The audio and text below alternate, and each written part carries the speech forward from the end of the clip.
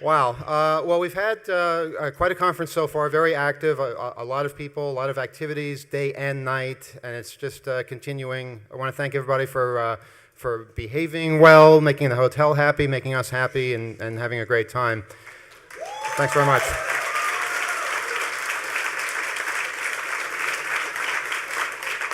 You all have your bottle of Club Mate? All right. I don't mean now, but I mean, did you ingest it? Okay, good. Makes you happy. Well, this is the Saturday keynote, and let me tell you something about when I first met Julian Assange of WikiLeaks.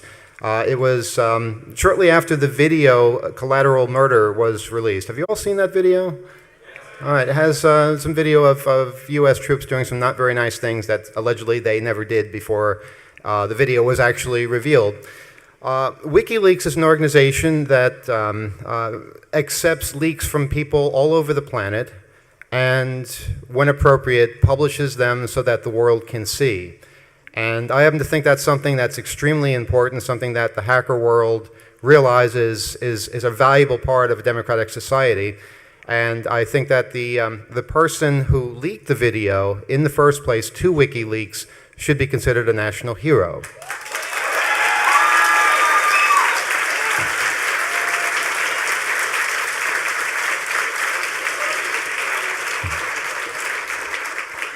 So the time that I met Julian, the video had just been released. We had him on Off the Hook, and it was an incredible situation where we were talking to the person who had received the video, released it to the world, and of course was the focal point of attention.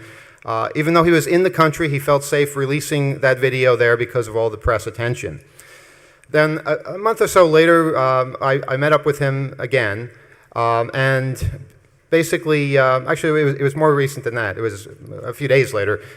We talked about having him give a keynote address here at Hope. I said, you know, this will be a receptive crowd. These will be people who understand what it is you're doing at WikiLeaks and will see the importance of it and will make big contributions to the WikiLeaks table, which is downstairs right now. And what the work you do is vital. It's important. It must be encouraged. And people who contribute things like this need to know that there is a safe place for them to actually give their sensitive material that can be used for the greater good. And if you'll note, no source has ever been revealed via WikiLeaks. However, there are other ways of revealing potential sources through the mass media and through other means. A little while later, a month or so later, there was an article that appeared in one of my favorite online magazines, Wired. Yes, I was sarcastic. And that particular article was about somebody in the community that the alleged leaker of this video decided to contact, thinking that he was a kindred spirit. And as happens in the hacker world sometimes, people don't know when to shut up. So he told this person a lot of things about the video, about, I think, 260,000 classified documents that he was also leaking to WikiLeaks. And this person, I don't know why I put the word person in quotes, but some of you may know why, but this person decided that that was a bit much and went to the authorities.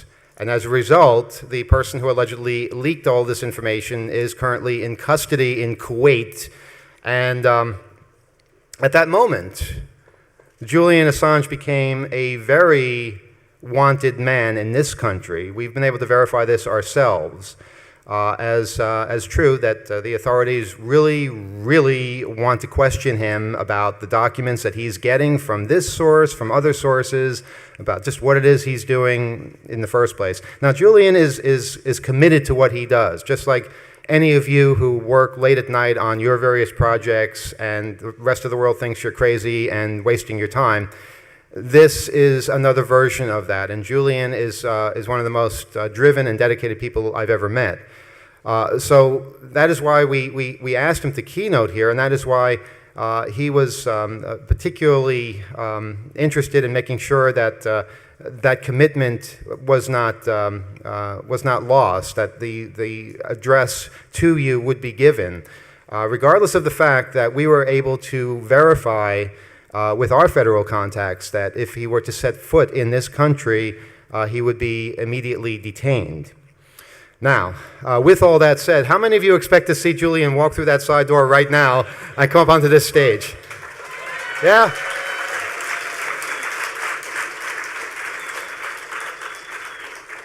And how many of you live in the real world? Unfortunately, we all do. There is a WikiLeaks presentation today. There is a WikiLeaks keynote address. Without further ado, I would like to introduce WikiLeaks.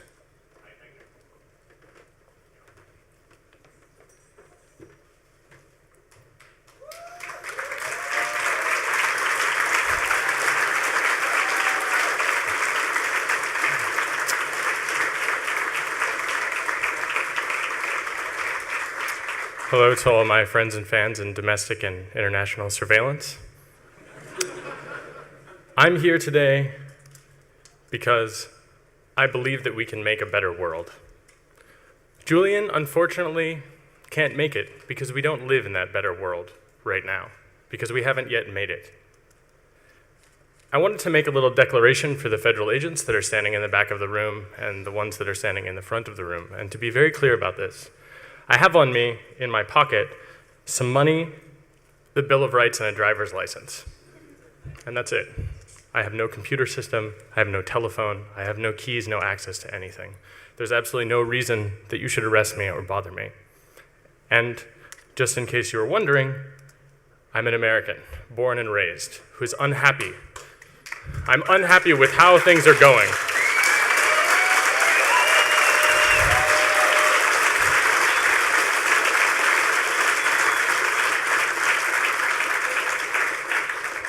I've dedicated my life to helping other people who need help in general, and specifically I work with human rights activists. I work with people who care about a woman's right to choose, the ability to freely vote. I work with people who are working for some kind of social change that is positive in this world. This is extremely important to me, and I don't expect all of you to do this as well, but I expect you to support me, and I expect you to support the activities that take place that are in support of these things. To quote from Tron, I fight for the user.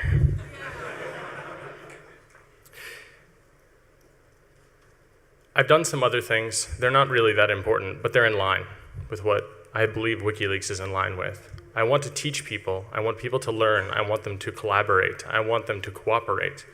And I want them to be able to speak freely without fear of retribution. That's why I work on Noisebridge, and that's why I work on Tor.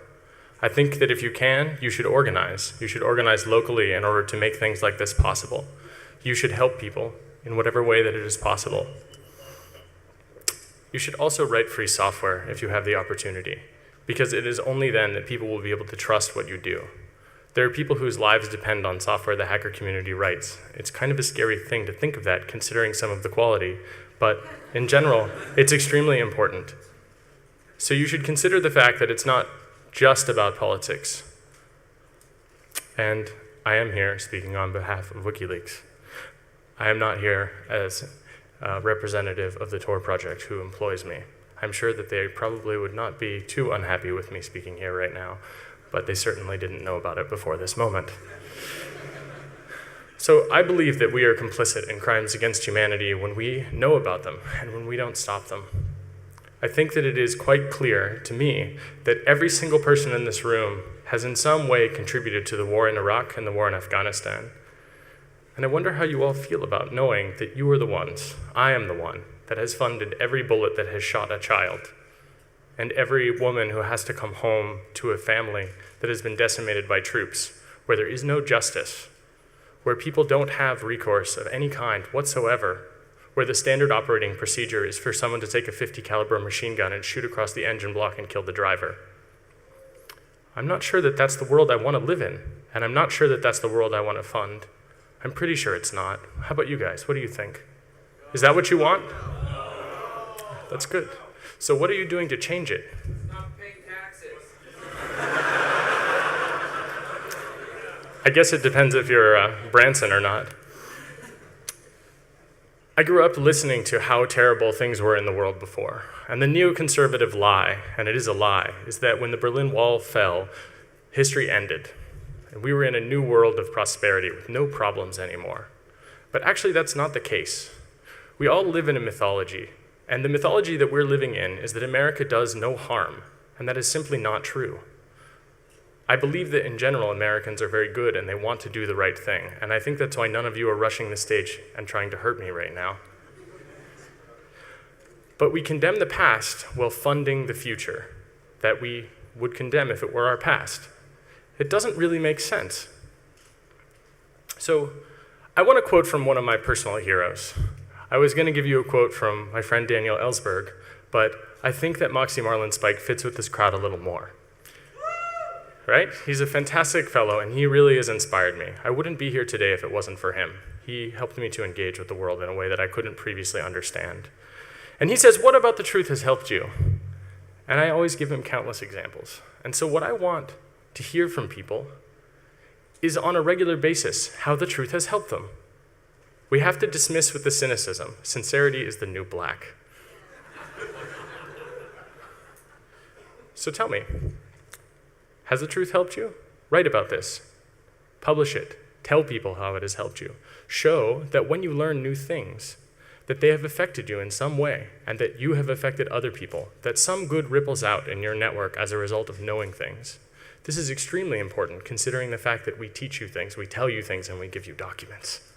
We need people to do analysis on those documents, so you guys can be the ones that can actually say how truth has helped you. And I'll tell you why. There are some people, I would say, in the hacker community that quite simply just don't believe this statement. But this is from the winner of the Nobel Peace Prize in 1970. He says, "And mankind's sole salvation lies in everyone making everything his business, in the people of the East being vitally concerned with what is thought in the West, the people of the West vitally concerned with what goes on in the East." That is our job. When you ignore the injustices of the world, you are a part of the problem. There is no question about that. And it is certainly the case that when you fund it, you are the problem. So, here's the solution that my friends and I have come up with. It's certainly not my idea, but I'm on board 100%. We believe that it is absolutely necessary to accept documents that are relevant. Relevant because they are classified, censored, or otherwise restricted. This is extremely important because this is the type of material that is going to be able to make the most amount of change. When it is accepted to us, we have a pretty strong vetting process. Part of this, and what makes it safe for people to use us, is that we have very strong support for anonymity. We're uncensorable. You can try to take us down, but for those of you that have read The Mentor and what he's had to say about hackers, you know that you can't stop us. There's just more of us. And the important thing is that we actually use the rule of law. The rule of law is actually, despite my anarchist tendencies, very important. It is protection of the press that allows me to be here right now, and it allows Julian to travel freely throughout the world, because people would like to shoot the messenger. There is no question about this. We believe that we are not the only game in town, but we believe that we are specifically a functional whistleblowing platform that is useful for people with the promises that we have made. We think that other people might shine in important ways, but we have a very specific set of goals, which is to make a giant impact. The purpose of this is not profit. You can't change the world if you're setting out to make a profit all of the time. The benefit has to be a cooperative one. It's absolutely important to not think of this as a competitive thing of any kind. And this promise that we make about it being a public service, sometimes I think people might criticize. For example, when we took down the site for a period of time for some re-engineering and when we asked for donations. But there is no question that these documents will always be available. And of course, we plan to release a lot more. The purpose of releasing this is that we think that special access is probably not the way that we can make a free and democratic society realized throughout the entire planet. We think that it's absolutely important that you don't have to be someone special to verify something or to get information. Think about it this way. How can you trust the media when the media does not behave like a scientific paper? How do you know that when someone tells you something, that it is true? You don't, unless you have the original facts. And so that's the purpose of this, to give you the original facts. Of course there will be interpretations. Of course there will be people that do analysis on this. But the purpose here is to give you the facts so you can draw your own conclusions, to give you the data so that you have the ability to make your own analysis. And specifically, and most importantly, we aren't going to back down. When the media is gagged, we refuse to be gagged. We refuse to be silent. There is no reason, absolutely,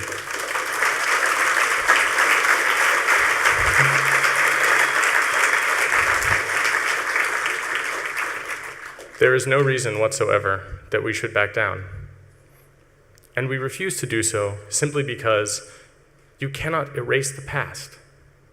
These things that have transpired must be known, and the mere fact that people fight to erase the past, as if it has not happened, should be quite an indicator of something being very, very wrong, not just with this country, but with every country in the world that attempts to do this. And so, we have a history of doing this. Let me explain how it works. We have a pretty good process. We like to say that we have around 1,000 people involved. There's a lot of people involved. There are a lot of people here right now that support us in various ways, and thank you for that. You know who you are, and I don't know who you are. And thank you for that also.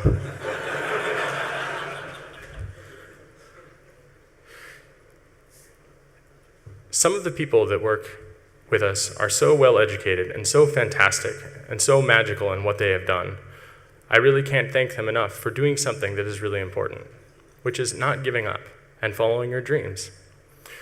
We need people that are highly educated in every walk of life. It is extremely important not just to be a technologist or to dig in deep, but for example, we need people that can tell us and can help us.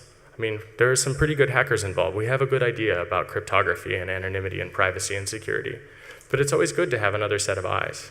So it's extremely important to continue to do the things with your life that you think that you should do. And then when you have the skills, when you have the desire, then you can help us. And you can help yourself too, because that's what happens when you help us. We will help everyone. This is a point of some contention, but it shouldn't be. Our process has never lost a source. It's very clear that we have not taken down a publication. We have never been forced in a lawsuit to take down a publication, and we haven't lost a server. That, myself, I find to be quite surprising, but we haven't. And we're changing the world. Thank you for helping us with that. So, Julian likes to say that the goal is justice and that the method is transparency. I think that we're meeting our goals, and I think that we are using transparency in a really strong way. You see, it's extremely important to remember that what we are doing is not subversive unless the things that we are subverting are actively trying to harm us, unless they are being deceptive. The idea that when we leak a document or when we do a thing, that somehow we are bad, that is absolutely impossible. Because it is these individuals, organizations, and governments that wish to suppress information from you. So when you're talking about how some information might be worth hiding, and maybe there are some times that some secret should be kept, remember what you're saying is that someone else is more qualified to make a decision than you are. This is an extremely anti-democratic thought process, and you should reject it.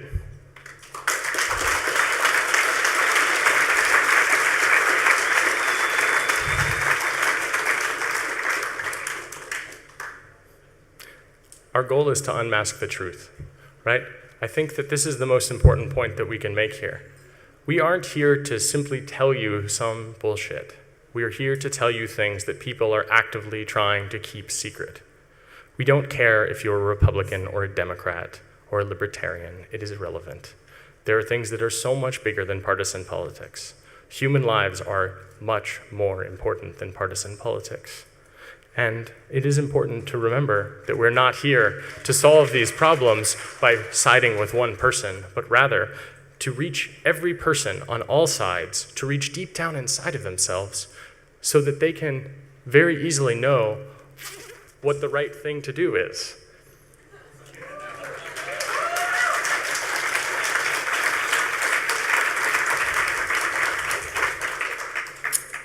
Plato says that we can easily forgive a child who is afraid of the dark. The real tragedy of life is when men are afraid of the light. So I asked you, are you all afraid of the light? I didn't hear everyone. That's a little surprising. Is there a little fear in the audience here? Good, that's what I want to hear. Does anyone here believe that they don't have a right to know what's going on? Come on now, this is a thought exercise. The purpose is to get you to think and then to answer the question. Fantastic. Do you all want to know what's going on with WikiLeaks? Yes! I guess you thought about that for a while. So here's an important thing. I think a lot of anti-authoritarian types like to think that speaking truth to power is good. You know, you stick it to the man and you show the man how it is. Well, I think that's stupid. Power knows power because power is in power. So what you need to do is empower yourself. You need to know that it is important to take this power and give it to people that are not simply the people that make decisions. Give it to the people that vote them in and out of office. That's why we want to inform everyone about this. This is why we want to make sure that the people that are in power know that they cannot issue a denial when everyone knows the truth. They can't redact a document when everyone already has a copy of it in their heart and in their mind. This is something that I think that all of you understand. And so I hope that all of you will take something away from this and do something about it. Some media has had some things to say about WikiLeaks. We'll go through that real quick. I think that it's pretty clear that we've done some good work. I like this one a lot. Schon heute das erfolgreichste journalistische Unternehmen der Welt. That's a bold statement, and the Germans don't make bold statements like that unless they're pretty serious.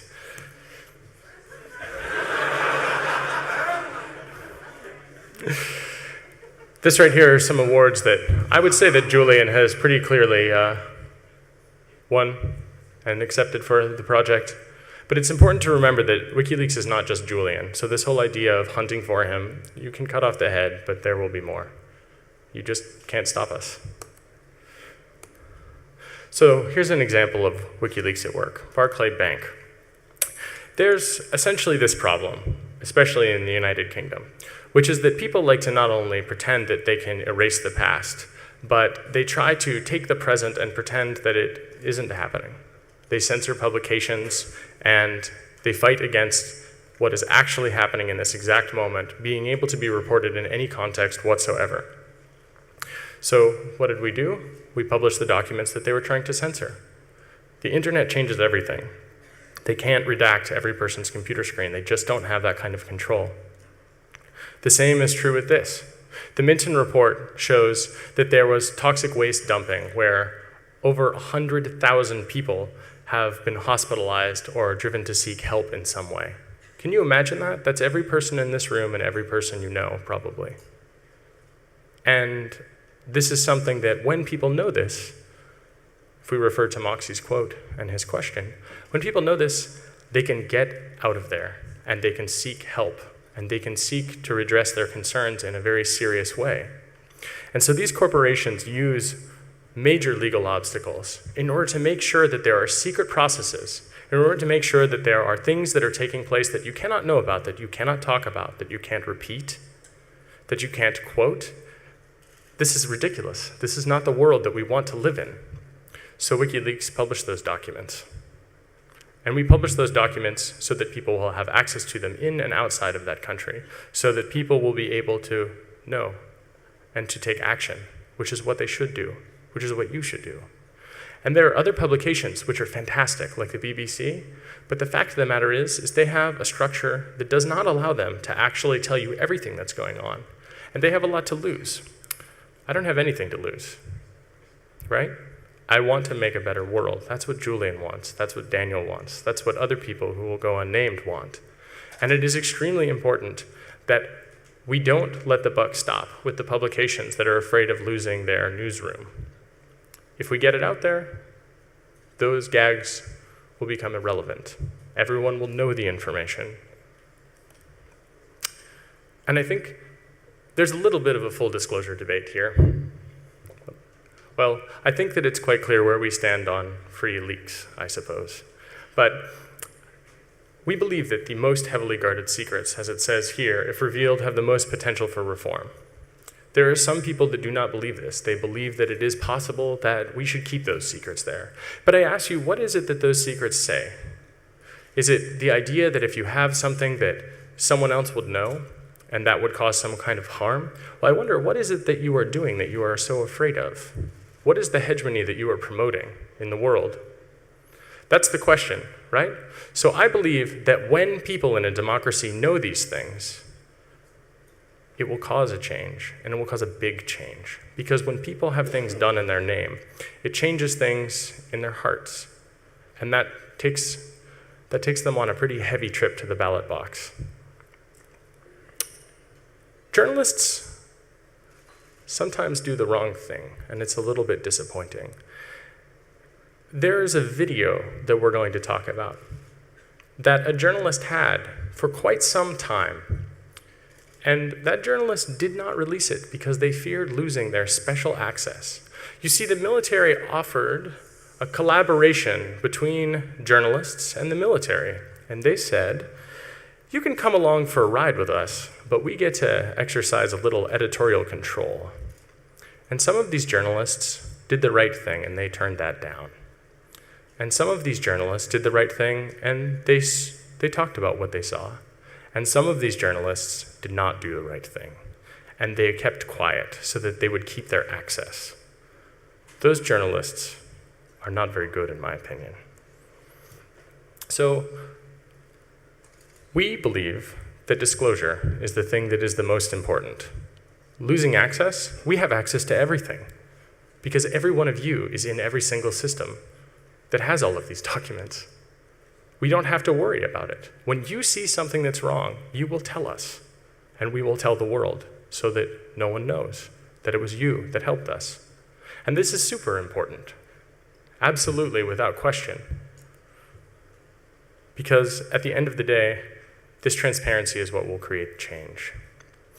There's a little controversial disclosure, the Warlock system. Have any of you heard of this? No? Okay. The IED detection system manual.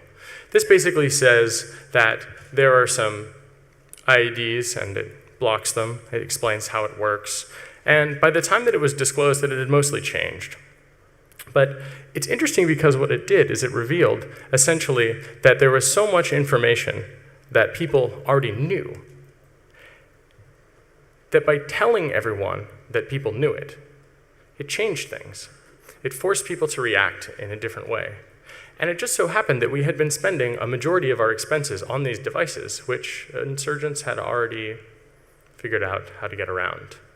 So this is something really important. It's the idea that there's this black market for information. And as long as only some people have it, and not everyone, then things will be all right.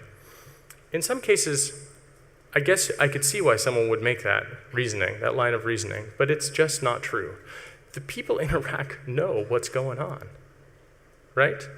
It's us. We are the ones that don't. I mean, it's quite clear that they've been able to get around a lot of these jamming devices. So what's important is that when things don't work, that people understand that they're not working. The military-industrial complex is extremely large and very convoluted, and it means that there are a lot of players here who benefit regardless if the thing saves our troops. That's a really important point, right? And I think that it's quite clear that there are people that would just like to see this information vanish instead of adapt, instead of changing. And I understand that, because they're usually the ones that profit from it. But I say, no. So it's important. In this case, this transparency, I believe, is quite obviously neutral, because now we all know that the emperor doesn't have any clothes. This is not bad to know this. This is good to know this. You are now empowered to make a decision about that system and about the people who might be protected by that system or who might try to thwart that system. Now you are as qualified as someone else to make that decision, if not better, because you have the original source documents on the subject. So let's talk about some other publishing that we've done that's important. Iceland is a country that is very close and near and dear to my heart. And there's a very incredible person here from Iceland. And we've had long discussions about that country. And I find it to be quite the special place. And I had a chance to go to Iceland earlier this year. It wasn't a secret of any kind. And we were working together on a fun project there. And I'll talk about that in a moment. But the important thing is that WikiLeaks there has a special place in people's hearts because we released loan books that showed how people had bankrupted a nation state, how they had essentially done a ton of unethical things, and everybody knows who they are now. Everybody knows what happened. And this is extremely important for a country that has just over 300,000 people. That is a village by comparison. It might even be Greenwich Village by comparison. This document is extremely important. The impact that this had on Icelandic society was not small. People understood what happened. They understood that they were robbed blind. So how has the truth helped? How has that changed things? Well, I think that's quite clear for the people of Iceland, and probably for you. So let's talk about Guantanamo Bay. You guys probably want to see that closed, I suppose? Yeah? Well, let's talk about how we're going to close it. We're going to close it by knowing what's going on there, right? Lots of people tried to get the operations manual from Guantanamo Bay, and they quite simply couldn't get it through the Freedom of Information Act. It's just not possible in some cases to get information. After the document was leaked to us, it was leaked a number of times to us over some period of time, which shows that every time the US military told us about how things were going and what the procedures were, they were fucking lying to us. This is really important because you see, this manual was not written for us. It was written for people that do these things. And that's the really important point here, right? When you have an internal document, you have a view into the mindset of the organization that actually takes these actions. And this is critical because when someone crafts a piece of PR for you, it's for you. It's to effect some change. It's to manipulate you to do a thing, right? So when you read this document, when you see how the Guantanamo Bay Operations Manual is laid out and you see the operating procedure, you know that it is not something you want to support. You understand quite clearly. And the fact that multiple times this document was leaked lets you know that when they said they made changes in response to media inquiries, you know that they were also lying. And you know now when they move their lips that they're probably lying again. So how does that change your view of that? I suppose you probably still want it to be closed down, but you have some facts on your side here to show that not all the players in the game are doing the right thing and they're not all on their side. So replace them. Germany has a little bit of a fetish with the military, let's say. And this is extremely important because Germany's military is not supposed to be going on excursions. It's not supposed to be having combat. People in Germany are not supportive of this. Und die anderen deutsche Leute hier in diesem Vortrag, was denkst du? Nein? Yeah, okay, ich hatte gedacht so. All right, so thanks for the one German. It's great, fantastic. This is important because this brings change about, right? This shows that the politicians that are involved here in Germany probably are aware of these types of things. And it doesn't really matter if they're aware or not in some regards, because what actually matters here is that you know what's actually going on. You've got an idea what Chancellor Merkel knows about. Just a piece, probably, but this piece lets you know that maybe things are not going the way that you want them to. WikiLeaks is pretty well known in the United States for some of the things that have happened recently. And while I think that that's fantastic, it's really important to note this particular leak talked about around 1,700 assassinations, essentially. And this document leak caused quite a stir in Kenya. It tossed the election in 2007, and it caused the United Nations to do an investigation. In fact, several people working with WikiLeaks were assassinated. They were murdered. for the work that they were doing. They weren't sources, they were journalists that were working to take this information, and there are photos of them brutally shot to death in their car, right? So you want to talk about change. When you expose 1,700 people dying, there's a chance that you're gonna go too. It's very unfortunate that that happened, but their sacrifice has made quite a difference in Kenya. And this is something that I think we can all learn from, which is that we have to make sacrifices in order to change the world. We have to make sacrifices that potentially will cost us our lives. I never expect to work in the computer security industry again, but that's okay. I think this is far more important than anything like that. And some of you will not make this choice, and that is okay. And some of you will pretend to not make this choice, and you will go in deep, and thank you for that.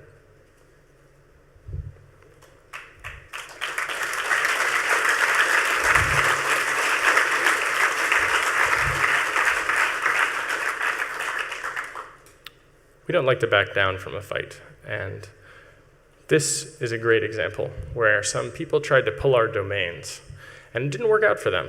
They did manage to get some prior restraint pulled, but they lost in the end. And the reason they lost is because it was quite clear that not only the information was out there, we were in the right legally, especially in the United States. And we had a San Francisco court, which didn't hurt. You laugh, but there's something to look up to about that court. Every court should be like that court. The First Amendment is extremely clear. This one, I think, is probably the topic you all want to hear about, and we are going to talk about it in a moment, as you can see in the upper left-hand corner. I want to be very clear about this video. There were two versions released, a completely unedited version of the video, and a video that has some commentary. It has some subtitles for people that are hearing impaired, and from people that are not able in any way to be able to, well, watch the video as it was intended to be watched. Don't take this as editorial commentary that is flippant. We chose the name because it was important. We chose the name because that is the language of the people that are committing these crimes.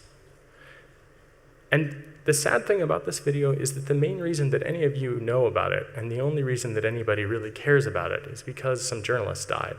And that's not to knock journalists, because they're definitely one of my favorite professions. But it's quite clear to me that this is the type of thing that occurs every day in Iraq. In 2005, I hitchhiked into Iraq, let's say as a tourist, to visit some friends. And when I was there, some of you know this story, I visited some friends that lived in northern Iraq and Kurdistan, in Arbil and Al-Salamaniya and some of the other areas on the border of Iran after exiting through Turkey. The people that I met there, Arabs from Baghdad especially, were horrified. Can you imagine meeting a man, a grown man, who has tears in his eyes when he explains that every day that he leaves his house, he kisses his wife goodbye and hopes that he will see her again, because he knows that if he takes the wrong turn on a street, that he gets killed. And his wife never even gets to see the body. We are responsible for this. So this video shows an example of that. It shows people trying to do the right thing. I ask you, if someone invaded your country and you saw one of your fellow men or women shot down, or other, frankly, if you saw them shot down in the street, would you stop your car and would you help them? If you saw someone that was brutally murdered and hurt in some way, I think I would. I'd stop my car. Because you see, this didn't happen in the middle of nowhere. This happened in the middle of one of the largest cities in this country, where many, many, many people live, in a neighborhood where normal working class people live. Just think about that. You walk out of your house, you see someone who has been shot on the street, you try to help them. Do you help them directly? Do you maybe call for an ambulance? Such privilege you have to have a telephone that can call a hospital. You help them directly because you don't have a choice. But this is an example of where a journalist had this video, and that journalist wrote about it in his book that he sells for a profit, and he did not leak the video. What do you think of that? Do you think that's okay? Yeah, it's fucking bullshit. That's right. It's absolutely terrible. And you know what's even worse is that we support these programs that create that kind of collaboration between the people that are supposed to tell the truth and the ones that are telling the lies. That is not all right. This got a lot of press. Some of you probably heard about it. We've done some other things that got some press. One of my favorites as a Tor developer is the censorship lists. It's really important that people understand that, for example, in Australia, the dentist in Australia is potentially a threat, because that's what ends up on those lists. And there are a lot of other things that you can see on our website. So, we did choose a pretty provocative title, Collateral Murder. Do you guys think that's provocative? Yeah? And some of you are probably unhappy about that, right?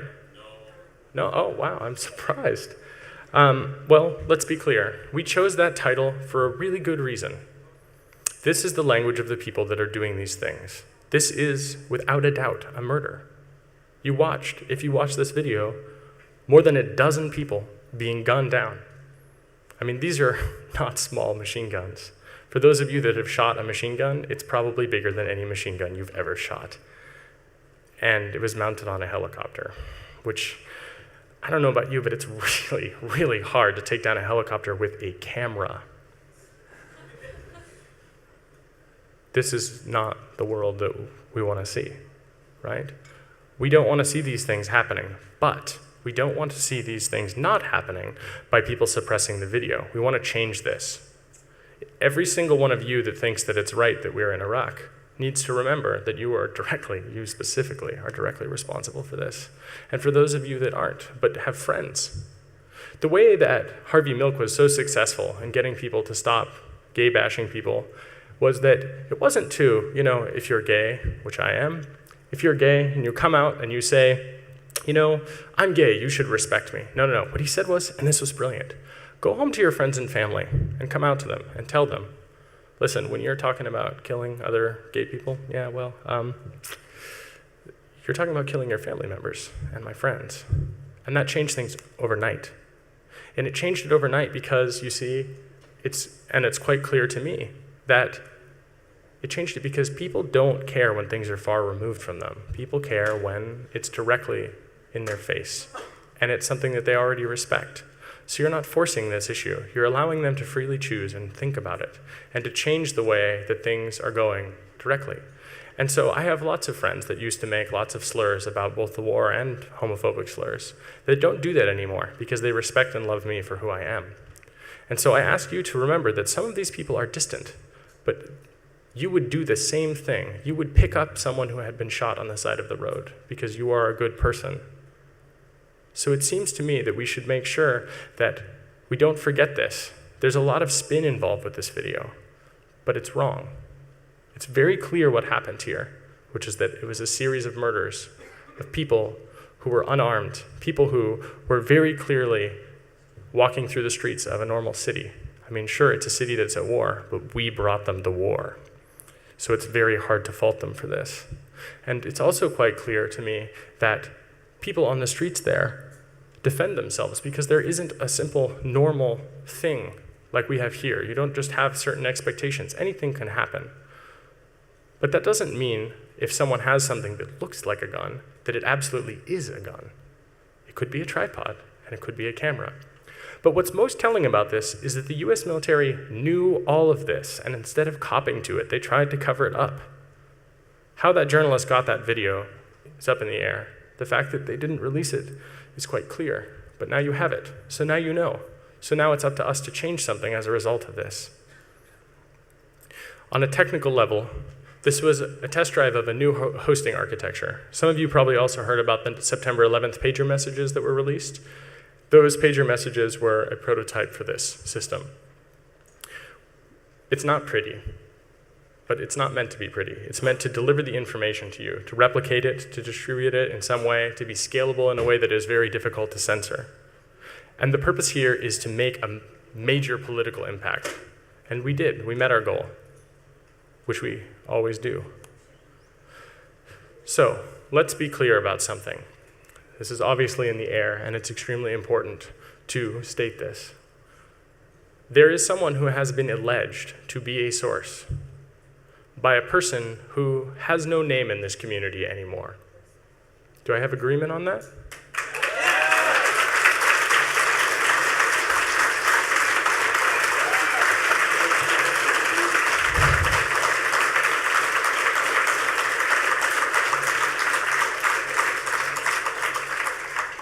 I'm sorry, I didn't hear you. Could we try that again with a little sincerity?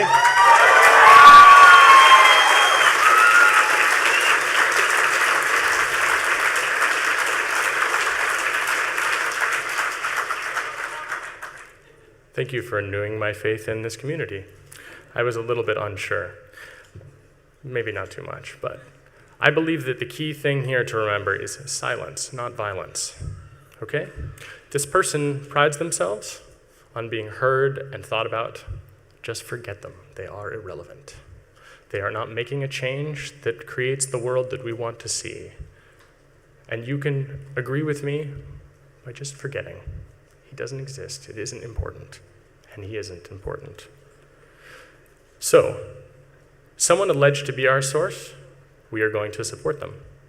This is very serious. The charges that are leveled against him are not something like 2 or 3 months. At the moment, the charges that are leveled are, well, let's say, pretty serious. They look like somewhere over 50 years in prison. That's a really serious amount of time in jail. And can you imagine this? The information you have in your head, that information is the thing that he is alleged to have done. How can we, as a society, do something like that? We can't. We have to support him. So let's be quite clear about this. There is legal support for him, but there are some problems.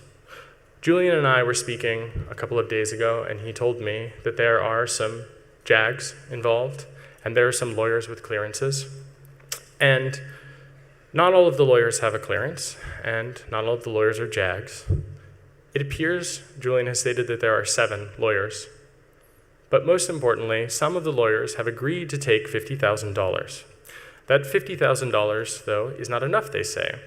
They wish to have $200,000 minimum before continuing further. That means we've got some fundraising to do. That's pretty serious.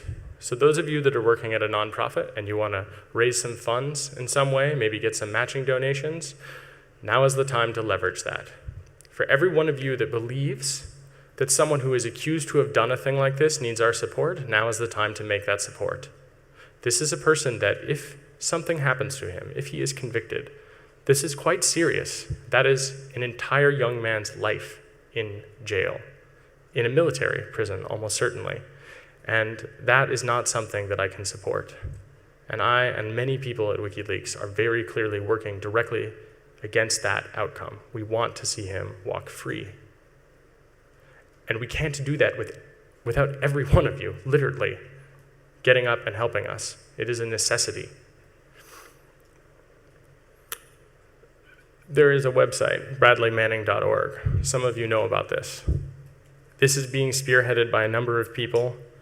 It's extremely important that you visit this site, that you read it, that you look for information there. This person is really taking the lead, and this group of people is really making a difference. They're extremely, extremely good. Their heart is in the right place.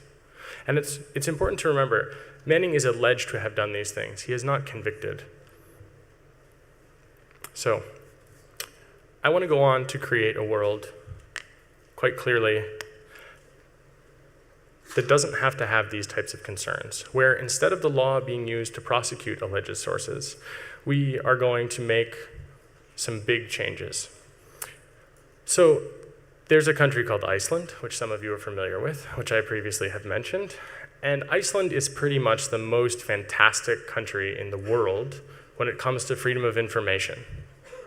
It's really quite amazing.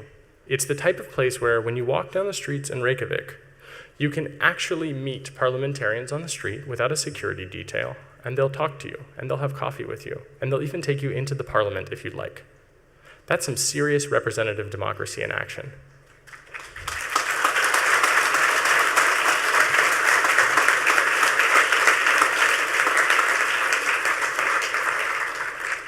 WikiLeaks is part of an advisory group. Part of the reason that I went to Iceland was also to be part of that advisory group as a Tor project person. I guess my roles are a little blurred at the moment, but to be quite clear, IMI is much bigger than WikiLeaks. It is not simply a WikiLeaks project. This is the people of Iceland saying, you know, a little transparency could have helped us during that banking crisis. Thanks for leaking those documents. Let's make sure that we codify that we make sure that people understand as a cultural value that we want to see that we want to see that all the time when people do those types of things, because those people bankrupted our entire nation. So IMI is an attempt at that. And imagine, if you will, for a moment, the Bill of Rights. It's pretty fantastic. Well, it turns out that it's not quite good enough. And I say that as a pretty reasonable and loyal American, which is to say, Sweden has better press protection laws. Iceland will soon have better press protection laws. Belgium has better press protection laws. Lots of other places in the world have better human rights records.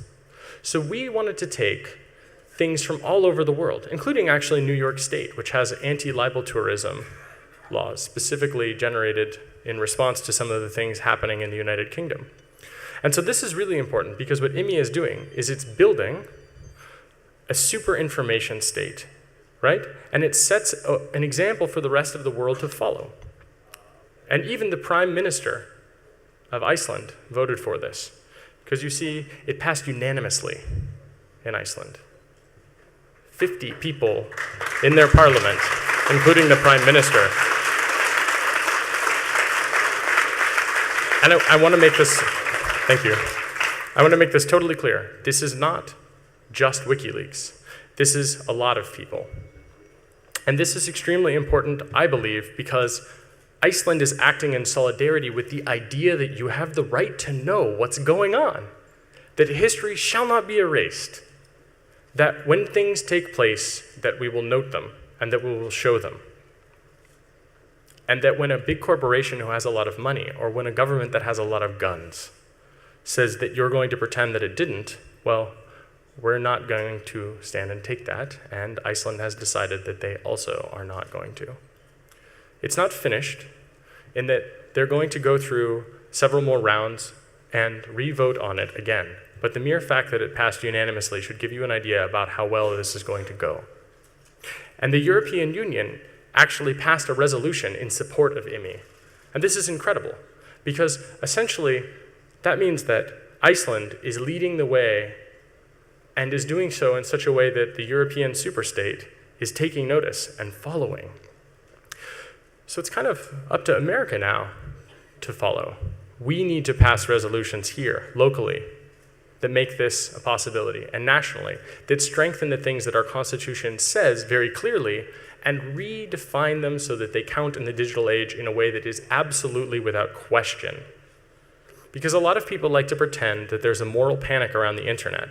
So if you'd like, when you see information on WikiLeaks, print it out and hand it to someone, and then it's a newspaper. It's not different, except that it can't be stopped. You can't force collaboration. I like the New York Times a lot.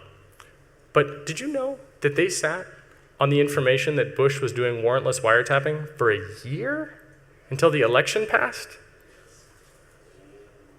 What? It's unbelievable, right? That is the type of collaboration that I don't want to see anymore. So you've got to be the trouble you want to see in the world, and you've got to be the change you want to see in the world. So thanks to Iceland and the people of Iceland, we're going to see that in the future, and we're going to see a lot of things change. So I want to skip around a little bit here. There's a lot of technical criticism and a lot of misdirection and a lot of misinformation. So I'm going to go through these things reasonably fast, and I know that some of you are getting a little antsy because your club mate is kicking in.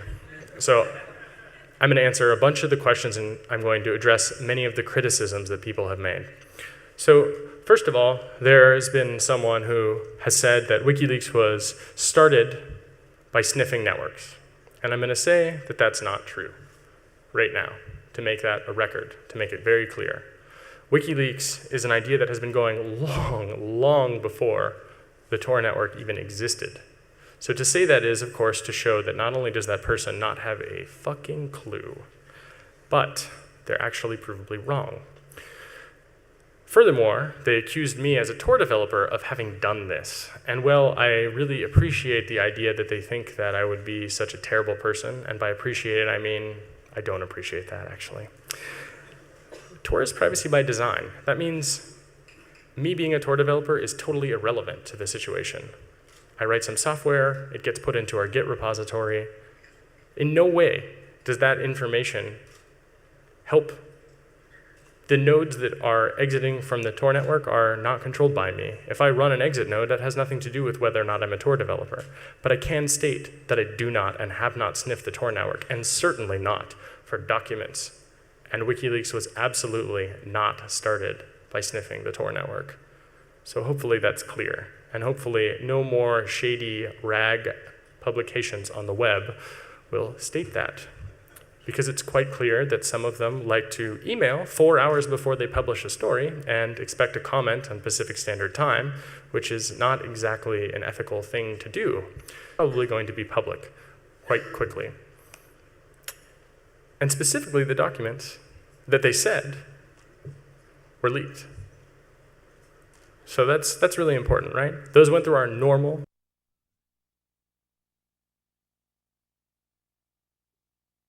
So that's really important, right? Those went through our normal submission process. Anyway, Cryptome. Some of you know about this, about John Young. I think that John Young is probably a pretty good guy. I've never met him. I'd love to meet him someday. Oh, fantastic. Well, today's not the day for him. But it's really important to note he is doing something very good, but it is not the same as what WikiLeaks is doing. In fact, when he publishes information that is provably and clearly false, that's not really so good at information vetting. And I think that that's kind of a shame when that happens. So I'd just like to say that, with all due respect, he's incorrect. There's a pretty funny thing that's been on there recently, and I just like to address it as pure comedy gold. The WikiLeaks insider.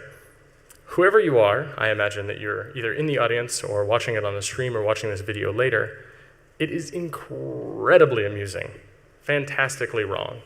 The things that you're saying are incorrect. And just to show the rest of you guys, here's some tips for the insider.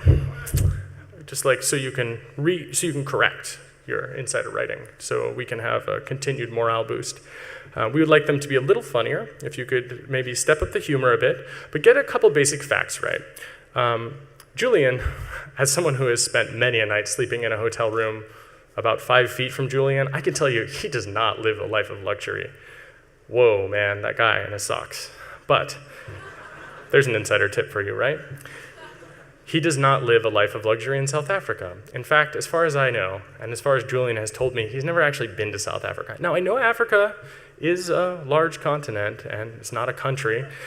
So in case this is not clear, I don't know if the insider is Sarah Palin or not, but I do think that it's quite clear, to me at least, that that fact is wrong, very, very clearly. Kenya is actually in Africa also, but it is, again, not South Africa. South Africa is a country. Okay, so the Wohlholland, wow, my German is gone. Scheiße. Okay, so the nonprofit in Germany that does help us quite a bit, that does a lot of funding and takes donations, they keep records. They show quite clearly that Julian does not buy business class plane tickets. And well, I travel about 150,000 miles a year, and some of that is in coach, and it is not necessarily the most comfortable. That's sort of the cost that we take, Like it takes a toll, but we do it. And all of us involved at WikiLeaks very clearly cares enough to be stuck in cattle class to make this happen, right? And we do that. I think that's totally reasonable, and we have records that show it. So when you say otherwise, you have to back that up with some serious, serious proof. And it's pretty, I think, despicable to see otherwise. And no one at WikiLeaks takes a salary.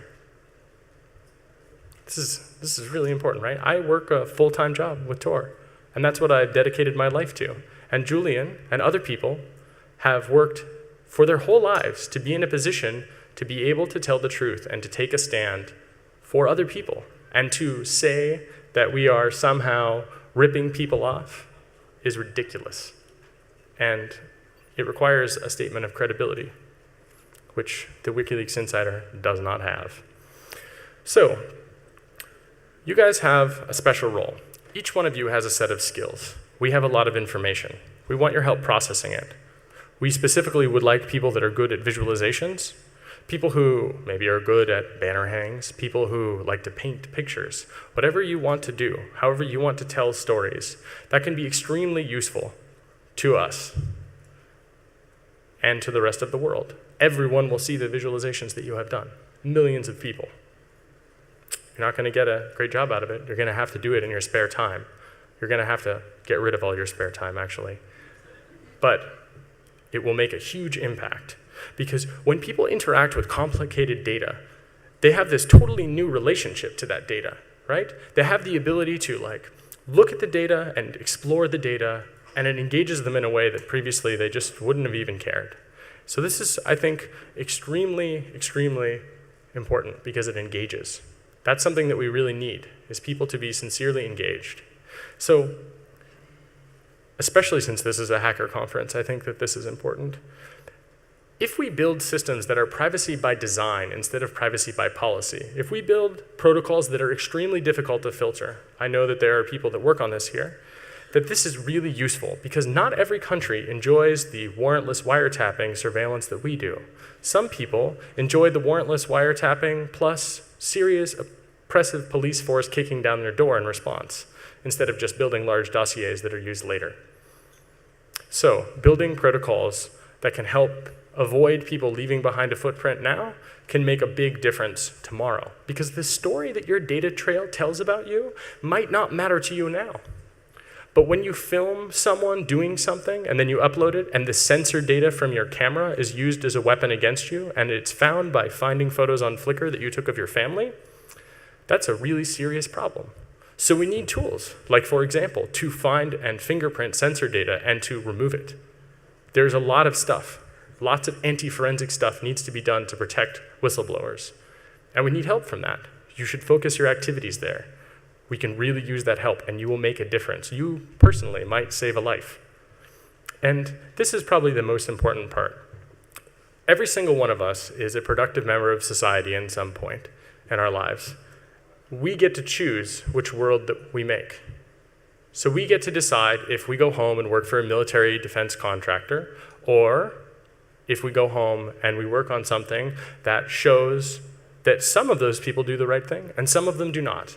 And we refine our society, not by specifically saying that all of those people are bad, but by saying some of these actions are bad. These are the actions that I can support, that I can put my name on, but these ones I don't, because I firmly believe this job is something that needs to be done.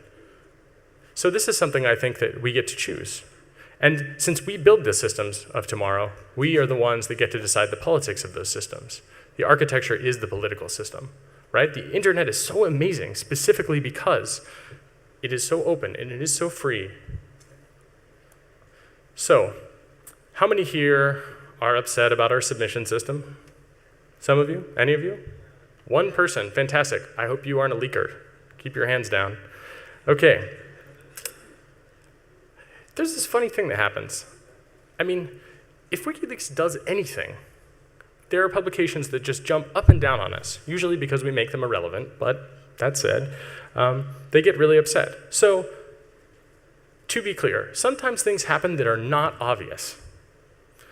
The security of our systems is more important than fighting a PR war with people that can't bother to ask properly contextualized questions in a reasonable time. So, we have relaunched the submission site. There you go. This has a new SSL certificate, and there is a Tor hidden service. So, for those of you that were worried about submission, those of you that wanted to leak documents, it's back. So everyone should take a photograph of that hidden service URL, and I'll leave it up for a moment.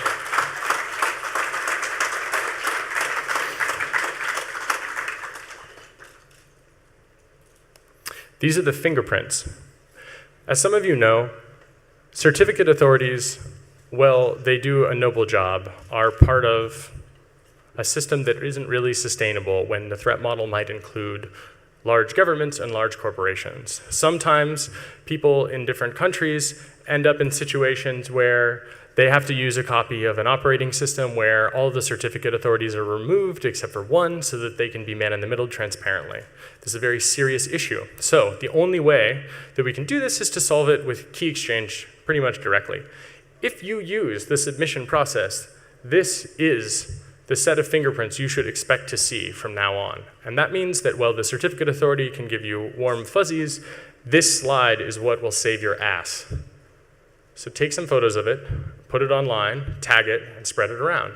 Because someone somewhere is going to need to see that. And that's a way you can make a difference right now. Okay, so we've got a wiki. Some of you heard about it. We decided to clean out a lot of stuff. Old accounts that are, say, a year old and that aren't being used, old content, silly vandalism from kitties pissing on it. We removed that stuff. And there's a lot of progress on updating the wiki, making it faster, dealing with things that are extremely important is, of course, coming first. But in general, we do try to take care of this, and we do some house cleaning. And we've got some cool stuff coming up. So, for example, torrent and magnet links specifically for all of the content. So you don't just have to rely on us. You can toss up a BitTorrent client and you can pretty much be us. How awesome is that? It also means that we'll have, feel free if you want. It also means that we will have dynamic URL support, but there's a little bit of a problem. We need some people to write some support in some of the clients. So if you work on BitTorrent, here's a great thing that you can do today. We need to make sure that dynamic magnet URLs are working, and they work pretty well. So this is something that will allow you to download on a regular basis, for example, all of the documents containing everything to do with the United States. And then you can do that however you'd like, and then you can mirror that data in case a rainy day comes. So we've also done a bunch of other things. It's really hard to actually tell what we have done. It helps to have a lot of hackers on board that can obfuscate a little bit of our architecture. But I think it's important to sort of state quite clearly, we have a lot of redundancy involved. And we have a lot of work that has gone into making sure that it's not exactly obvious how it is redundant, so that it makes it a lot harder to attack. And we don't really have to worry about that. We don't see a lot of things that are terribly scary, to be quite honest. The scariest things that we see are usually the content of submissions. And that stuff can be quite scary, and you know, because you've seen that. So there's going to be a period in time when commenting will return, and probably at some point you'll see more enhanced Tor support with the wiki. IRC, there is, of course, a way for you to come and chat directly with people involved with WikiLeaks. There are some privacy protections that are built into this system, and they are pretty simple. So if you're just sitting in there idling, wanting to collect information and logs, it's not really that helpful. We would appreciate it if you don't do that, but in any case, you can see that there are some things that will start to hide a little bit of information at a time. It's not perfect, but we think it's pretty good. It's a little better than just straight up IRC. And we have other user protections so that people can't, say, demask who you are very easily. And of course, we are launching a new web chat interface, which also will be secured, which I think is pretty fantastic. So we've also today, as of, what time is it? I guess it's probably after 1. So there's now blog. Because we want to be more transparent and open with you guys. We want to make sure that you have questions that are answered, quite frankly. We want to make sure that you understand that we are on your side, right? We don't want to fight. We don't want to have a misinformation campaign going on forever. It takes up our energy and it takes up our time. Very easy. So you don't just have to look at Twitter in order to see this. There'll be a blog, which people will write to. Some people won't ever write to it, and they'll just do work behind the scenes. But it's extremely important that we tell you what's going on, because whenever we do anything, when we take down the submission site to make sure that there are some new things that can be launched, we need to make sure that we let you know about it so that it doesn't cause a huge problem in the media where we have to take a lot of time away from doing important work to talk to people that are not going to be very helpful, and in some cases are quite hostile. So we also want to sort of step into Web 2.0. We are going to release an API, so you'll be able to get the data in a more usable way. So you'll be able to do the things that you want with the data. You'll be able to make visualizations. It'll be much, much easier.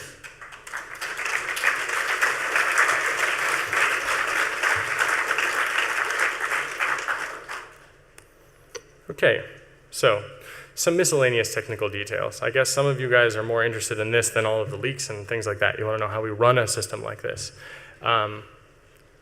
Basically, compartmentalization. That's the key, right? You want to make sure that things are compartmentalized. It's absolutely imperative that we have a situation that when we involve a new person, they don't have access to everything. Think about the content that we're dealing with, and then you instantly understand why that is a necessity. So when we get new people involved, you might get access to a system at some point. And when you get access to that system, it will be a very small sliver of access. And you'll have to work in a way that shows that it is not possible for you to betray us. I think that's totally reasonable. What do you guys think? Awesome. Inch by inch, right? So, more horsepower. We've got a lot of servers driving a lot of things, and it's working out relatively well. I think that it's, in fact, extremely important for making sure that these things are going to stay up, and they're going to be able to do their job. Collateral murder was hosted on a new architecture, and of course, very few people noticed that because it went off without a hitch. There was no question, it just worked. But there were very special improvements to make that possible. But if you do find a problem, I have an idea. This is a novel one. Some journalists out there in other publications that shall not be named, well, quite frankly, they, instead of dropping into IRC, which might be too difficult for them to use, or sending an email in a reasonable amount of time, they don't do those things. So you can do that instead. If you notice, or you have a monitoring system and you want to toss it up and you want to monitor the system a little bit in a not too invasive of a way, we would totally love to hear from you, right? We can use your help. If you see something wrong, you see something that has expired, or you see some piece of information that has changed, if you see a certificate that's being man in the middle by an ISP, if you see that you can't reach the site, let us know. Chances are, if you can't reach the site, you can use Tor to reach the site, and then you can isolate the network problem, and you can figure out who's doing what. And of course, we want to basically take the information that we have that is in the wiki, and we want to move it into sort of more interesting forms of being. So that's something that we're very much working on, and we think that the wiki is extremely important, but we also think that there's something more than that. So it's going to change some bit in the future. So I'm going to talk a little bit about Tor. Have you all heard about that enough by now, I guess? Yeah. You've all heard of Tor, right? Okay. First, as a developer, allow me to apologize for it being sometimes slow. I'm sorry. As I said in the Tor talk yesterday with Seth, I don't know how fast you want to die, but we need to do it securely. That's the first and most important thing. There are people who use this software in every country of the world, and some of them use it because that is their threat model. So we want to make sure that it is privacy, security, and anonymity by design, not speedy for BitTorrenting. There are VPNs for that. So I'm sorry that it isn't faster, but it works, and it works pretty well. So WikiLeaks really supports Tor, and that means that sometimes they run servers. It means sometimes they make sure that some systems are accessible, like specifically over Tor. For example, the submission system. That submission system that is a .onion is one that if you have some concerns, that's definitely the best one to use. It'll be very, very difficult for someone to know or to tamper with. It's end-to-end encrypted, right? The .onion URL, in fact, is a cryptographic key. So if you have that right URL, you have end-to-end encryption that assures that you are talking to WikiLeaks, and those keys are extremely protected. And I think that that is the right thing for you to use if you want to. And of course, every document being available over Tor is something that we feel very strongly about. We especially support people using Tor to reach WikiLeaks. That is extremely important as well, because not everybody has the right to visit that site. And not everyone wants to tie themselves to having visited that site. And while many of you might be supporters vocally, some of you might only be supporters inside. So use an anonymization system so that you don't have to taint yourself if you don't want to. And of course, there's a lot of development that needs to happen. For example, Tor uses TCP connections between all of the other Tor nodes. That means that all of the circuits and connections are multiplexed between single TCP connections. And we're working on some alternate designs, potentially UDP with DTLS and using SCTP on top of that, which means that we would have an ability to do better flow control, and it would allow us to not have so many bottlenecks. But in order to do that, we need some badass developers. And Tor, of course, is at some times, and especially right now, hiring. So if you want to quit your corporate job and come work at the very best free software company to save the world, well, we're looking for some help. So if you don't want to quit your job and you're enjoying it just fine, we could also use some more relays, and especially exit relays. And if you're worried about abuse, limit it so that it can only exit to WikiLeaks if that's what you want to support. You can send a very strong message and you can help a great deal. Because anonymity is required not just for our sources, but also many of our readers. So you can be part of the solution on that. I think Julian would probably end with something I think that is, I guess, a little more inspiring. He would say something in his typical Australian accent and flop his blonde hair around and smile a lot. But I will just say this, which is that we don't know anything without knowing about history. These leaks that we've been talking about, they are the guidebook for the future because they're not written to coerce. They're not written for someone to manipulate your opinion. These are written specifically as inside documents that tell you how these organizations work, tell you about events that occurred. It lets you know what's actually going on. And when you piece these documents together, it allows you to know what the future will know about history. It will pave a road that we can walk on as a human culture, not as nation-state isolated people, not as people that are grouped into good and bad, but what everyone can learn. The progress of science is because people came before us and made painstaking efforts to understand the way that the world worked. And so we have to do the same thing with historical records, not just with scientific knowledge. Although it's important to move journalism in the direction of science by making sure that they have a citation, right? We've all seen the XKCD comic that talks about citation needed. Well, this is really important that we hold journalists to this. When they say, some source says this, sometimes there's a need for anonymity, that's quite clear. But when they say, many of their critics say this thing, sometimes we look that up. We look up who the critics are, and it's usually like one person on one blog somewhere searched for 6 hours to find. So they should cite that, so that people know that that statement is about as credible as it isn't, actually.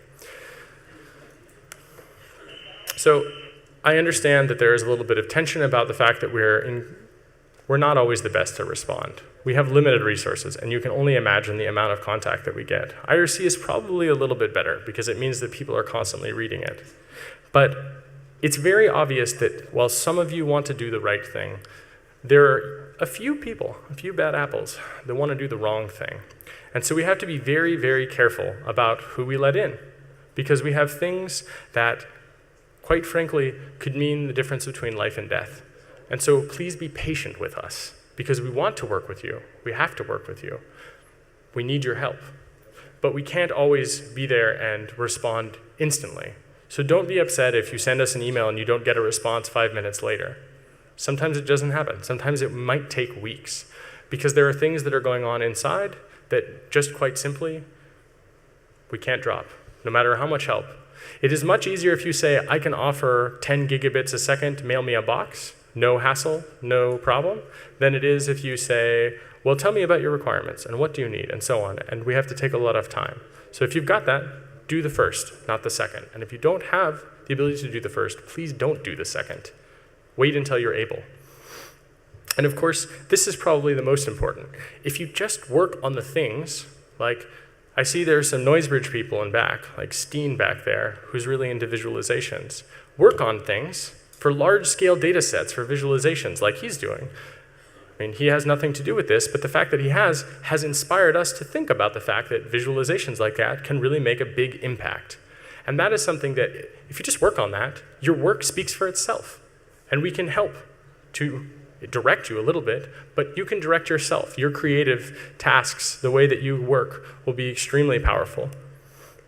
And of course, it's really important that you make it public and especially if you can release source code. And source code is very helpful because it allows us to make sure that you're not sending us, for example, a binary that when we run, it does something kind of nasty. I mean, we all know how to use IDA Pro, but we don't want to waste our time doing that, right? Send us source code and show us that you want to work with us. And I'd like to emphasize this phrase: think globally, hack locally. So if each one of you thinks about the impact you'll have on the world, go home, work in your communities. Change the world by changing the people around you, by changing the situation around you, and you'll do amazing things. There's no question. So you can enable people to speak freely right now by running a Tor relay. Every single one of you that has a computer can install Tor and check a single box. And when you do that, you will grow the network. There are currently 2,000 Tor relays or so in the world. There are more than 2,000 people at Hope. If every person at Hackers on Planet Earth stops making excuses and starts making a difference, you will double the size of the Tor network. That's incredible. If you do that, you will make a measurable impact. And so, together, we will make a gigantic change in the world. So, I want to make it clear that we're extremely thankful. So thank you very much for your time, and thank you for your legal support and your donations and your help and your ideas.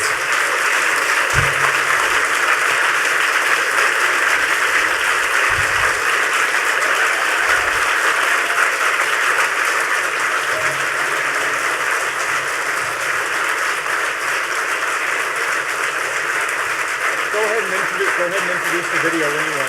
You can make it sound like you're going to come back after the video. Very uploaded.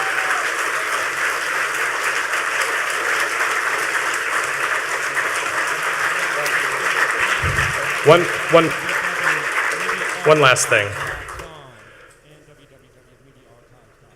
We would like to show you, and I know some of you are antsy to go, and that's fine, but we would like to show you something important, which is the video in question. So if you can stomach it, if you can handle to think about the things that we've all funded, I'd like you to sit through and watch this video.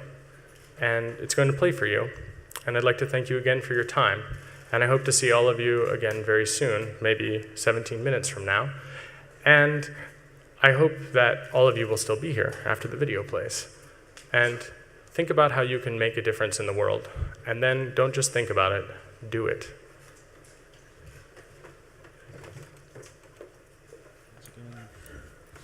Apologies, it's going to take just 1 minute to load it up.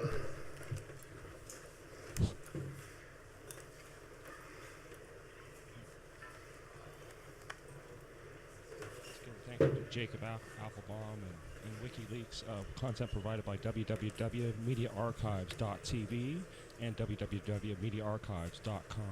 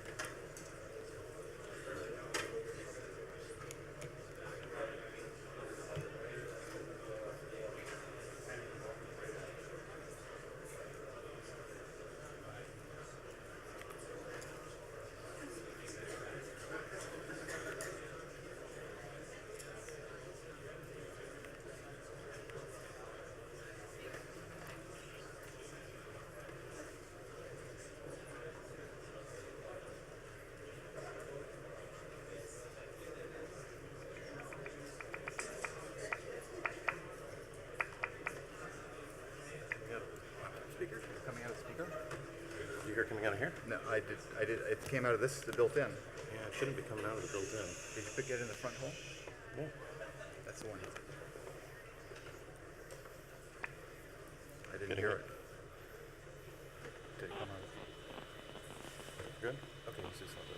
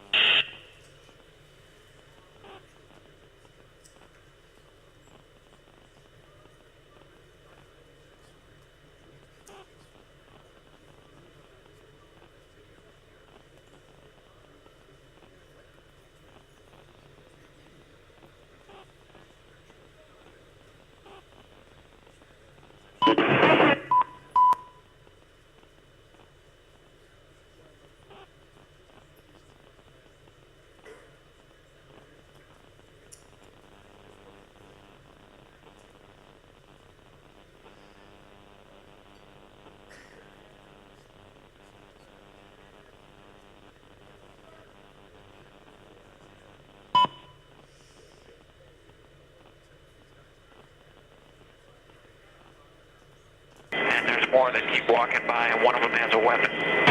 Roger, receive target 15. Okay. 208. See all those people standing down there? Stand by. Roger.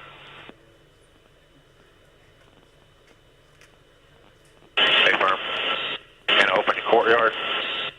Yeah, Roger. I just estimated There's there's a about 20 of them. There's one, yeah. Oh, yeah. I don't know if that's Neighborhood Smith Element, copy at White 6. That's a weapon. yeah. Hotel 26, Crazy Horse 18. We'll call for exchange by Charlie Mike Bravo. I'm Red White 6, Westminster 6 Romeo. Roger. Fucking break. Hotel 26 is Crazy Horse 18. Have individuals with weapons. Radio. Radio Banners 14. Yep, he's got a weapon too. Hotel 26, Crazy Horse 18. Have 5 to 6 individuals with AK-47s. Request permission to engage. Roger that.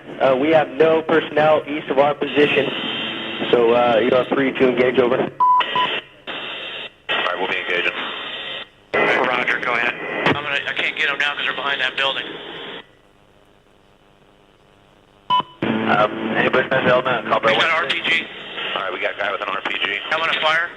Okay. No, hold on. Let's come around. Behind buildings from our point of view. Yeah, we're gonna come around and Hotel get him 26 from has so an we can get unarmed all individual with RPG. Getting ready to fire. We won't get. Yeah, we got a guy shooting. Now he's behind the building. God damn. He's gonna speed coming around. Negative. He was right in front of the Brad, about there 1 o'clock.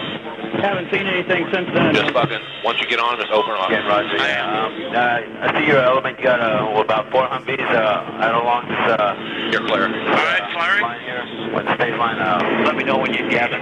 One shoot. Light them all up. Come on, fire. Hey, Roger. Keep shooting. Keep shooting. Bushmaster 2-6. We need to move time now. All right, we just engaged all 8 individuals. Yeah, we got 2 of ours. We're still firing. Roger. Got him.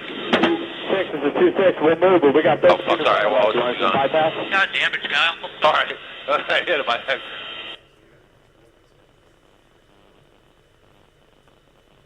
All right, you're clear. All right, I'm just trying to find targets again. Bushmaster 6. This is Bushmaster 2-6.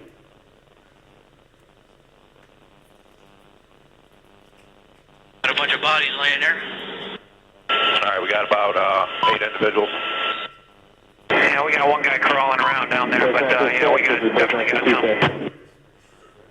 We're shooting some more. Better. Hey, you shoot, I'll talk. Hotel 26, Crazy Horse 18. Crazy Horse 18. This is Hotel 26. Over. Roger, currently engaging approximately 8 individuals, KIA, RPGs, and AK-47s. Hotel 26. You need to move to that location once Crazy Horse is done and get pictures. Over.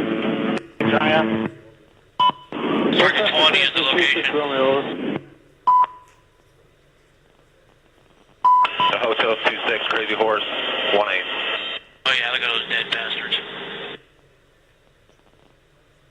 Nice. 26, Crazy Horse 18. Spear 02 in flight. Free change zone 4 this time. Spear 02, free change. Nice. Good shoot. Thank you.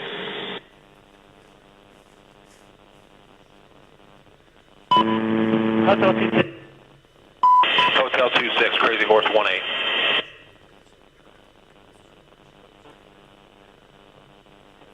Crazy Horse 18. Bushmaster 7. Go ahead. And Bushmaster 7, Crazy Horse 18.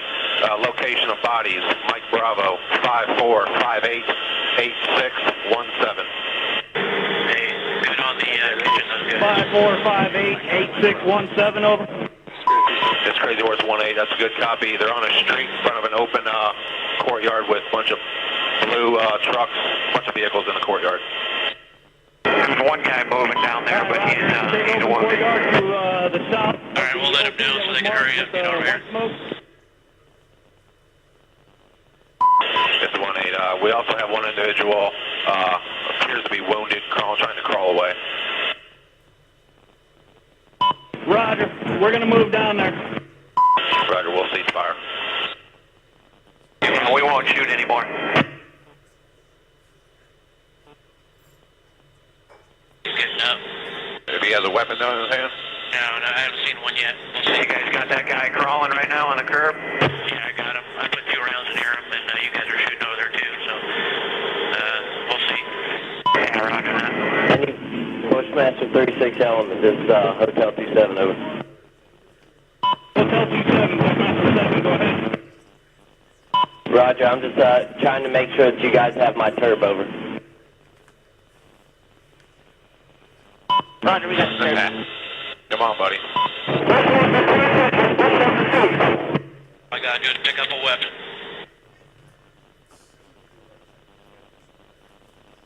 Crazy Horse, this is Bushmaster 5, or Bushmaster 4, break. Here, right below you, right time now, can you walk us onto that location, over? This is 2-6, Roger. I'll pop flares. We also have one individual moving. We're looking for weapons. If we see a weapon, we're going to engage. Now, Bushmaster, we have a van that's approaching and picking up the bodies. Where's that van at? Right down there by the body. Okay, yeah. Bushmaster, Crazy Horse, we have individuals going to the scene. Looks like possibly picking up bodies and weapons. Let me engage. Hey, we need to stop that so we can get down there. We need shoot. to stop. You see my look? Roger. Break. Crazy Horse 1-8. Request permission to engage individual. Picking up the wounded. Yeah, we're trying to get permission to engage. Come on, let us shoot. Bushmaster, Crazy Horse 1-8. We're taking him. Bushmaster, Crazy Horse 1-8. This is Bushmaster 7, go ahead. Roger, we have a black SUV or a bongo truck picking up the bodies. Request permission to engage. Bushmaster 7, Roger. This is Bushmaster 7, Roger, engage. 1-8, engage. Clear. Come on. Clear. Clear. We're engaged. Coming around, clear. Roger. Trying to, Clear. Roger, I lost him in the I got him. I'm firing. This is Bushmaster 4, you got any BDA on that truck, over? You're clear. This is Crazy Horse, stand by. I'm shooting for some reason. Go I ahead. think the van's disabled. Go ahead and shoot it. I got an azimuth limit for some reason.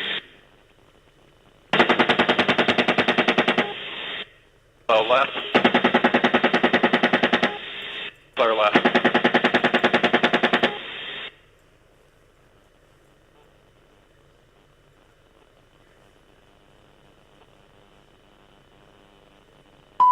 Alright, Bushmaster, Crazy Horse 1-8.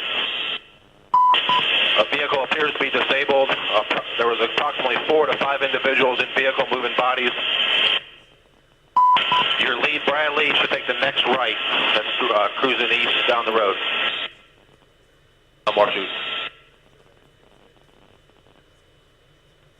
Crazy Horse, this is Bushmaster 4. We're moving a dismount element straight south from the Bradley. I have your Bradley element turning south down the road where the engagements were.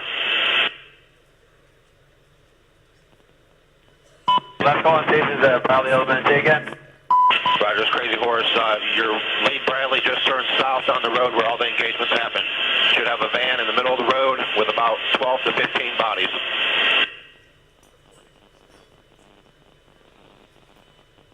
Oh yeah, look at that, right through the windshield. Alright, there was approximately 4 to 5 individuals in that truck, so I'm counting about 12 to 15.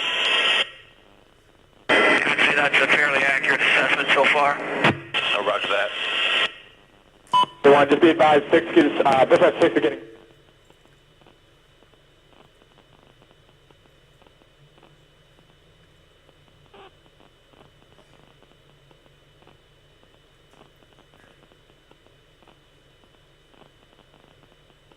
Roger, we'll be standing by here. Flavor 5-2 radio. Yes, right, right to departing zone 208 for zone 4. We call frequency. I just drove over a body. Ready? Yeah. Viper 5-2, report free change zone 4. Maybe it was a visual. Frequency. I just drove over a body. Ready? Yeah. Viper 5-2, report free change zone 4.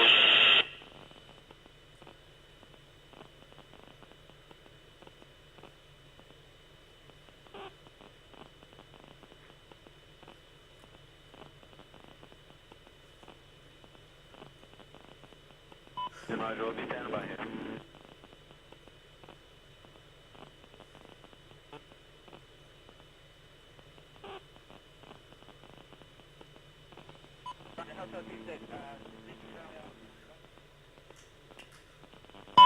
Hey, I need to get the brass to drop ramps. I got a wounded girl. We need to take the rest of mile.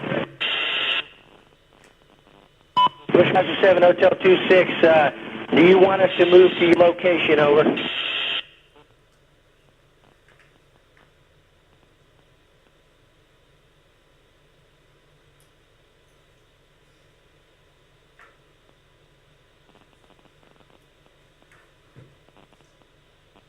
Baghdad radio, Spear 02 in flight, free change zone 1.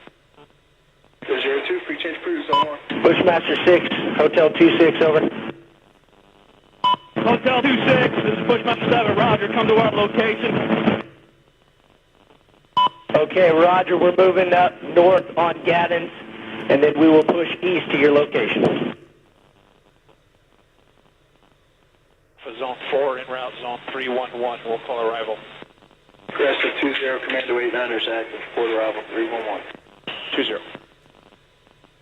Baghdad radio, aggressive 34 is off zone 208 for zone 1. Call for change. Aggressive 43, zone, correction, aggressive 34, zone 30 is closed, report free change zone 1.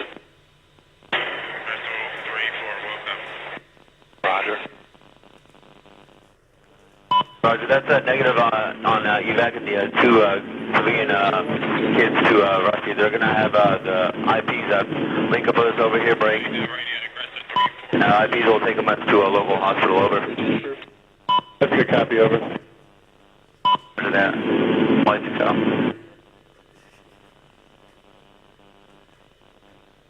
Oh, it's their fault for bringing their kids to a battle. That's right.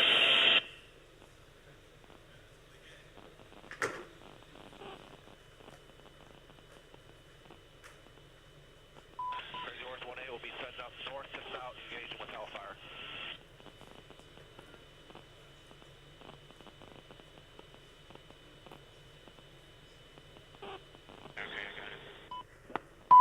Roger.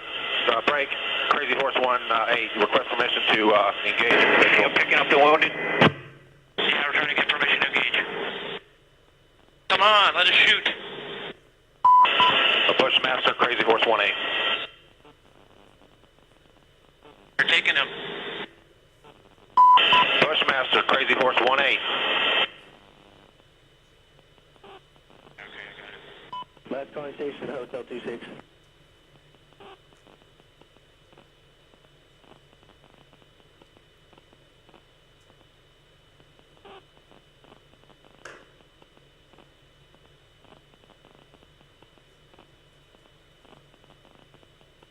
Roger, we'll be standing by here.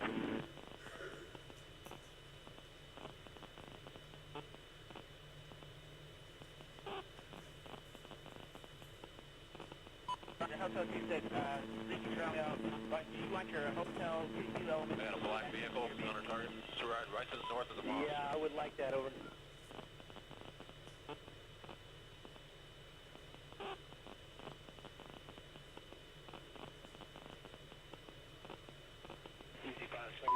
Hotel, Crazy Horse 1A.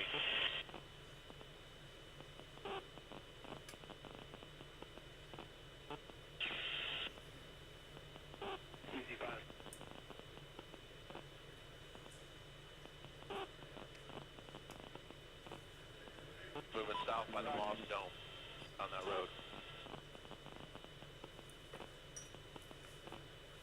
Oh yeah, look at those dead bastards.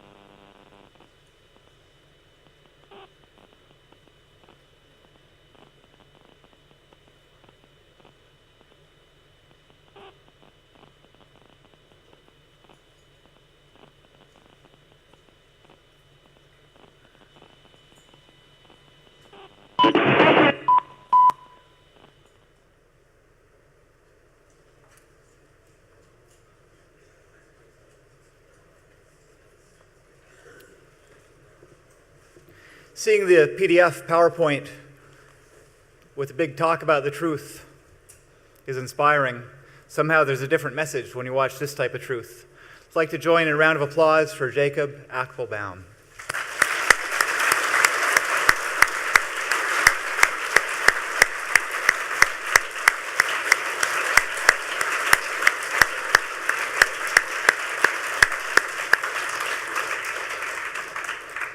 I have a few announcements right now for some schedule changes.